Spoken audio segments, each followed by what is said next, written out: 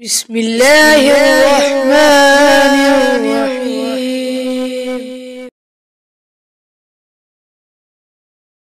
سلیمان علیہ السلام کو جو اللہ نے معجزے دیے اس میں کیا تھا؟ پرندوں کی بولیاں جانتے تھے۔ پرندے جو آپس میں ایک کنیکشن ہوتا ہے نا ان کا، آج تو سائنسدان جانتے ہیں کہ پرندوں کا آپس میں ربط ہوتا ہے، سگنل دیتے ہیں ایک دوسرے کو، پیغام دیتے ہیں، چیونٹیاں بھی پرندے بھی۔ تو سلیمان علیہ السلام کو اللہ نے پرندوں کی بولیاں سکھائی، چیونٹیوں کی باتیں تک سن لیا کرتے تھے۔ تو ایک دفعہ سلیمان علیہ السلام اپنا لاہو لشکر، ہواؤں کو مسخر کر دیا۔ یہ سب ہوا کیسے؟ ہوا ایسے کہ سلیمان علیہ السلام بھی تھے بہت زیادہ عبادت گزار۔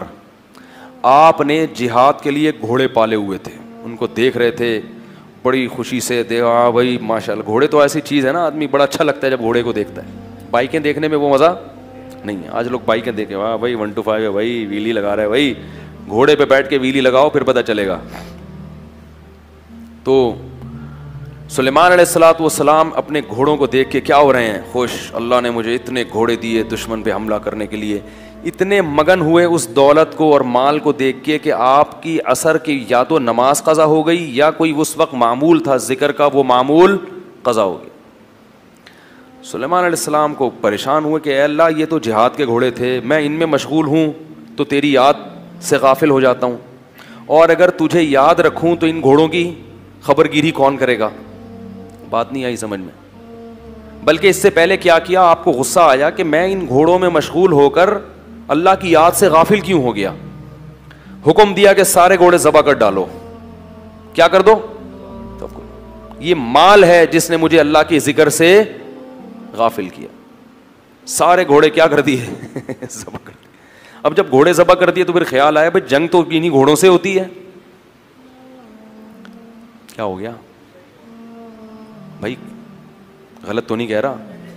جنگ کس سے ہوتی ہے؟ گھوڑوں سے، میزائلوں سے، اسلحے سے، ٹینکوں سے۔ یہ میں اس لیے کہہ رہا ہوں کہ بعض لوگ سمجھتے ہیں کہ جنگ جذبے سے ہوتی ہے، کہتے ہیں کچھ بھی نہیں ہو کود جاؤ، ایسا نہیں ہوتا۔ جذبے کے ساتھ چیزیں بھی چاہیے، ٹھیک ہے نا؟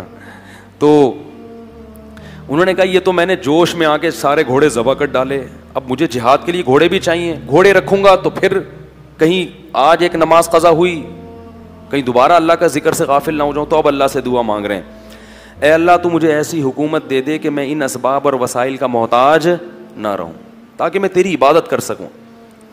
تو اب اللہ سے دعا مانگ رہے ہیں، حبلی ملک لا ینبغی من بعدی۔ یہ جو حضرت سلیمان تھے نا، ایسے بادشاہ تھے کہ تمام آسمانی کتابوں میں ان کو کنگ سلیمان کہا جاتا ہے۔ آج گورے بھی جب سلیمان علیہ السلام کا نام لیتے ہیں نا انگریز، وہ بھی کیا کہتے ہیں؟ کنگ سولومن، دیکھا ہوگا نا آپ نے۔ تو ان کی بادشاہت کے اتنے چرچے ہوئے کہ ان جیسا بادشاہ نہ کائنات میں کوئی گزرا اور نہ قیامت تک کوئی دوبارہ پیدا ہوگا، کیونکہ انہوں نے دعا مانگی، اے اللہ مجھے ایسی بادشاہت دے دے لا ینبغی لاحد من بعدی، کہ میرے بعد وہ کسی کو بھی نہ ملے قیامت تک۔ امریکہ بھی وہ بادشاہت نہیں دیکھ، خواب نہیں دیکھ سکتا اس۔ اللہ فرماتے ہم نے ان کی دعا قبول کر لی۔ فسخرنا لہ الریح، ہواؤں کو تابع کر دیا۔ بھائی ہوا جہاں بولو گے ہوا اٹھا کے آپ کو لے جائے گی۔ وہ جو سلیمان علیہ السلام کا تخت تھا نا، وہ ممکن ہے کوئی ہوائی جہاز ہو، کچھ بھی چیز ہو، بہرحال وہ کس پہ چلتا تھا؟ وہ ہواؤں پر چلتا تھا۔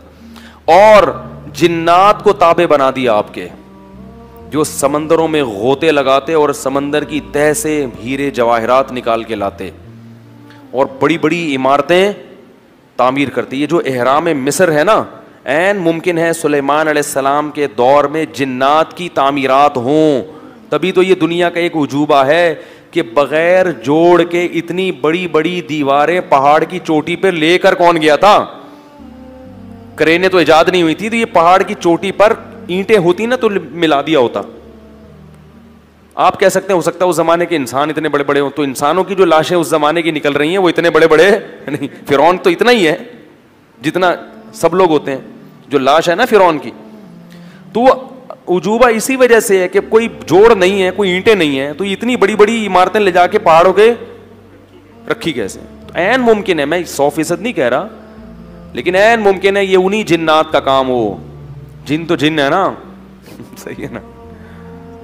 تو اللہ فرماتے ہیں کہ پھر وہ بڑی بڑی دیگچے بناتے, فوجی ان دیگچوں میں کھانا کھاتے. وقدور الراسیات, بہت سارے معجزے اللہ نے حضرت سلیمان علیہ السلام کو بھی دیے.